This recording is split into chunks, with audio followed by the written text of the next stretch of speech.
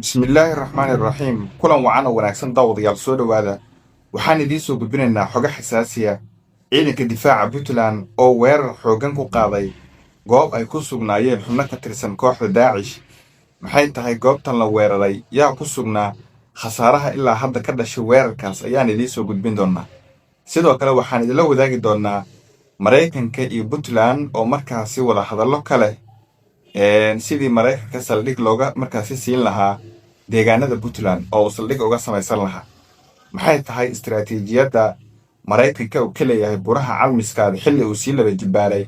taageerada puntland ee dagaalka ay kula jirto daacish faahfaahinta ayaan sidoo kale idinkula wadaagi doonnaa dhanka buraha calmadow 3 ruux ayaa lagu soo warramayaa in markaasi laga afduubtay oo dadka deegaanka ah islamarkaana ay afduubatay kooxda al-shabaab faahfaahin ayaana taasna idinkaga heenaa haddaba intayna guda gelin marka koowaad soo dhowo muuqaalkan layg garee sidoo kalena sii sheer garee si dad badan ay xogteenna u gaarto waa hagaaga dhulka buuraleyda ah ee calmiskaad waxaa ka soconayo howlgalladii ugu xoogganaa oo ciidanka difaaca puntland ay wadeen toddobaadyadii lasoo dhaafay howlgalladu ma istaagin oo si isdaba joog ah ay markaasi ku socdeen ciidanka difaaca puntland ayaa weerar waxay ku ekeeyeen maanta salaadii subax ee saaka waxay weerar xooggan ay ku ekeeyeen togga uuraale halkaas oo ay ku sugnaayeen xubno ka tirsan kooxda daacish ciidanka marka ay weerareen toggaas waxaa markaasi halkaas ay iska caabin xooggan ay kala kulmeen kooxdii halkaasi ku dhuumaalaysanaysay intaasi kadib ciidanka ayaa ka adkaaday waana laga saaray toggii ay markaasi ku sugnaayeen ciidanka difaaca puntland ayaa hadda ku sugan oo si buuxda gacanta ugu haya togga uuraale oo ay horey markaasi ugu sugnaayeen qaar ka mida firxadka hogaamiyeyaasha iyo horjoogayaasha kooxda waxaana ciidanka difaaca puntland howlgalkan uga geeriyooday saan hadda xogta ku helno ilaa 2 ruux 2 askari ayaa ka geeriyootay halka dhinacaas kalena ay ciidanka difaaca puntland lagu soo warramayo in ay ka dileen kooxdii halkaa ku sugnayd ilaa 3 xubnood oo qaarkood la tuunsan yahay in ay ka mid ahaayeen horjoogayaashii kooxda ku sugnaa goobtaas markaa ku sugnaa ciidanka howlgalladu waa ay sii laba jibbaareen dagaalkii weli waa u socdaa inkastoo puntland ay ku dhawaaqday in howlgalkii hillaac ee buraha calmiska la soo gebagabeeyey haddana weli waxaa muuqata in howlgalladu ay socdaan oo si isdaba jooga weli ay ku soconayaan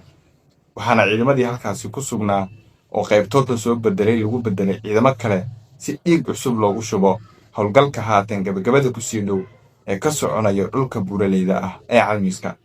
ciidanka howlgalladu waa ay sii laba jibbaareen waxaana muuqanayso in howlgalka haatan weji cusub uu yeeshay islamarkaana kooxda la saarayo cunaqabatayn iyo cadaadis aad u xoog badan nimankan marka lagu weeraray togga baalade toggan lagu magacaabo uuraale waxaa lagu soo warramayaa in ay daacish u qaabilsanaayeen usoo iibinta xolaha warbixinadeenna hore waxaan ku xusnay in kooxdan ay markaasi helayeen hilib ari oo markaa bisil loogu tegayay marka la weeraro goobahooda waxaa la isweydiiyey nimankan xaggee ka keenaan ariga ee qashaan maalin walba waaba niman iska dhaylo cunaya oo hilib iska cunaya waxaa marka la ogaaday in ay jiraan dad si khaasa barnaamijka ugu qaabilsan oo kala shaqeeyo sidii ay ku heli lahaayeen xoolaha nool ay qalanayaan oo dadka deegaanka uga soo iibiyaan ciidanka difaaca puntland waxay ka war heleen xogta nimankan isku dayay in ay markaasi kooxdan u soo iibiyaan xoolo oo ciidanka difaaca puntland hadda waxay awooddooda isugu geenayaan go'doominta kooxdan in aysan helin goob ay ku dhuntaan iyo meel ay markaasi gargaar ay ka helaanba go'doomintii ugu ballaarnayd ayay markaasi wajahayaan dadkii deegaanka ee goobta ka ag dhowaa ciidanka difaaca puntland waxay amar u siiyeen inay isaga guuraan goobahaas islamarkaana kooxdan la go'doominayo nimankan hadda meesha lagu weeraray 3 xubnood ayaa laga dilay saan xogta ku helno ciidanka difaaca puntlandna waxaa u suurta gashay in ay gebi ahaanba ay gacanta ku dhigaan halkii ay marka hore nimankan ku sugnaayeen